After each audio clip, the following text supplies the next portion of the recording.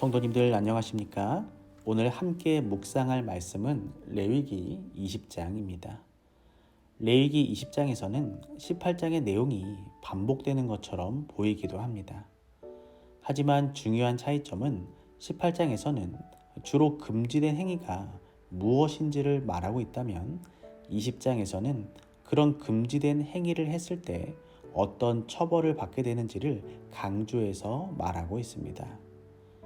18장과 19장에서 무엇을 하지 말라라고 말씀하고 있다면 20장은 만약 무엇을 한다면 어떻게 된다라고 말을 합니다.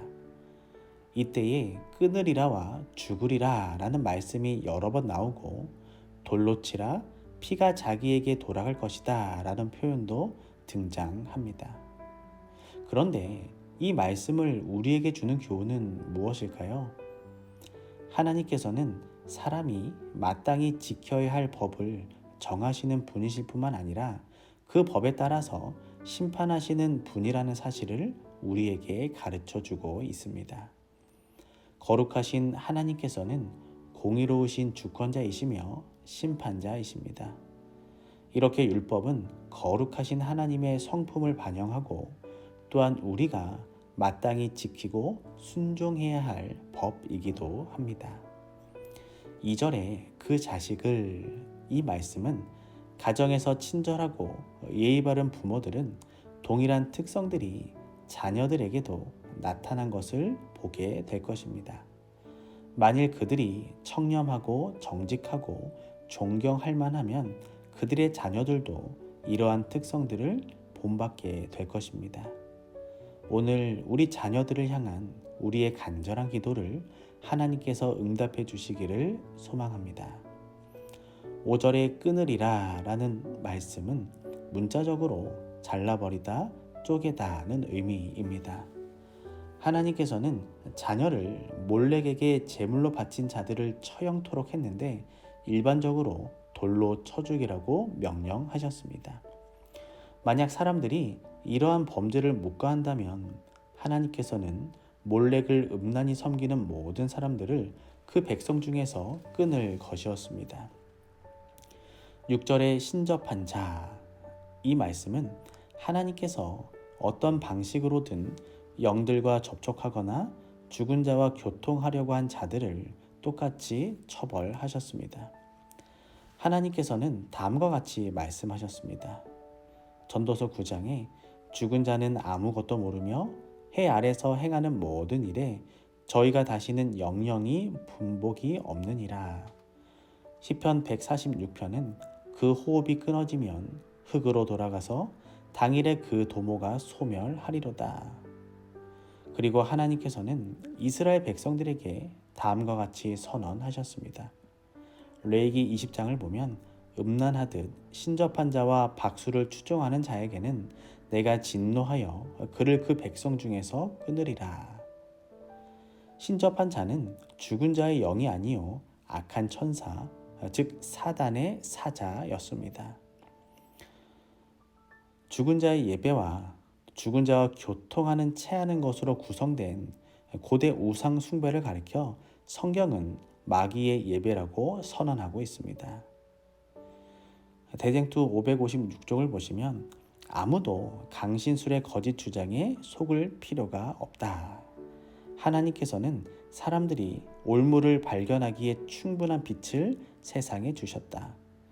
이와 말한 바와 같이 강신술의 바로 기초가 되는 이론은 가장 분명한 성경의 진술과 반대된다.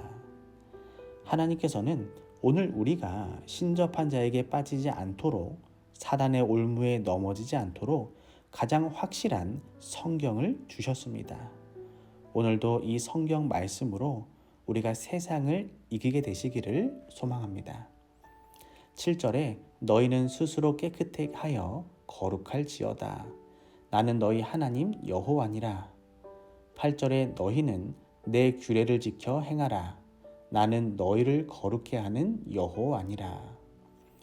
하나님께서는 우리의 성화, 즉 변화됨을 되풀이하며 가르쳐 주시고 강조하고 계십니다.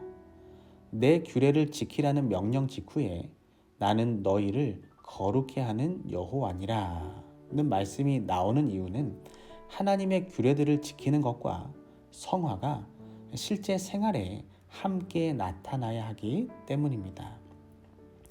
우리가 입으로는 하나님의 말씀을 지킨다 하지만 실제 생활에서 말씀의 열매가 맺히지 못한다면 어떻게 될까요?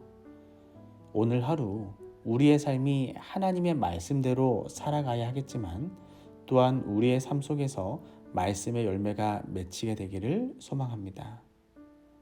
9절에 아비나 어미를 저주하는 자는, 이 말씀은 부모의 권위를 존중하도록 자녀를 양육해야 하는 큰 책임이 부모에게 있음을 잘 말해주고 있습니다. 우리는 단지 순종하기를 거절할 뿐 아니라 소리 지르고 반항하며 심지어 부모를 때리기까지 하는 자녀들을 그냥 내버려두는 부모들을 볼 때가 있습니다. 우리는 자녀들을 사랑으로 양육해야 하지만 하나님을 두려워하도록 그리고 하나님의 말씀대로 살아가도록 많은 기도를 해야 할 것입니다.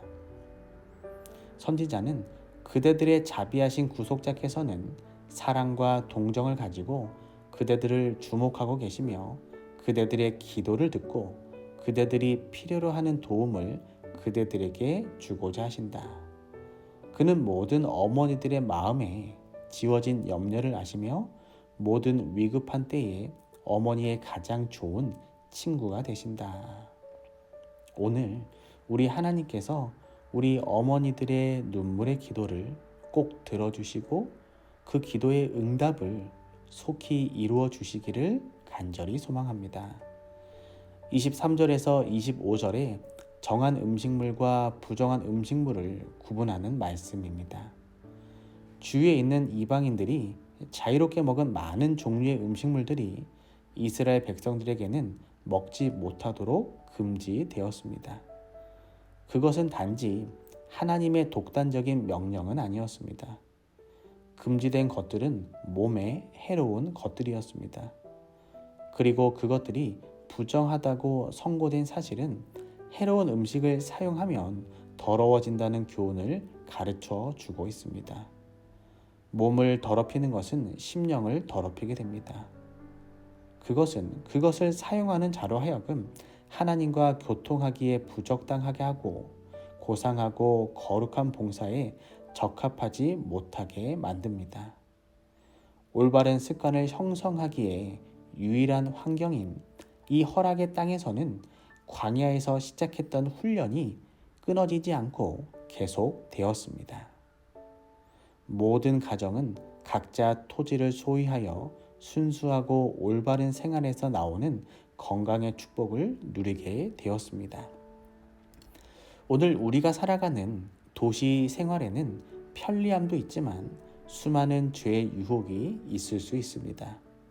비록 여러 가지 상황으로 도시에 거주하게 될지라도 우리의 유익과 행복을 위한 하나님의 말씀을 순종하는 삶이 되기를 소망합니다.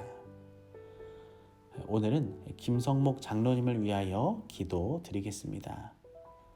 사랑의 하나님, 김성목 장로님의 가정을 위하여 기도합니다. 장로님의 가정이 하나님의 은혜의 장막 아래 거하게 하시고 하나님의 구별된 기관에서 많은 환우분들에게 영육간의 강건함을 위하여 애쓰시는 그 마음을 하나님 기쁘게 받아 주시옵소서. 최은주 집사님과 김원희, 김상희, 김주영 자녀들에게도 하나님의 인도하심과 돌보심이 언제나 함께하여 주시옵소서.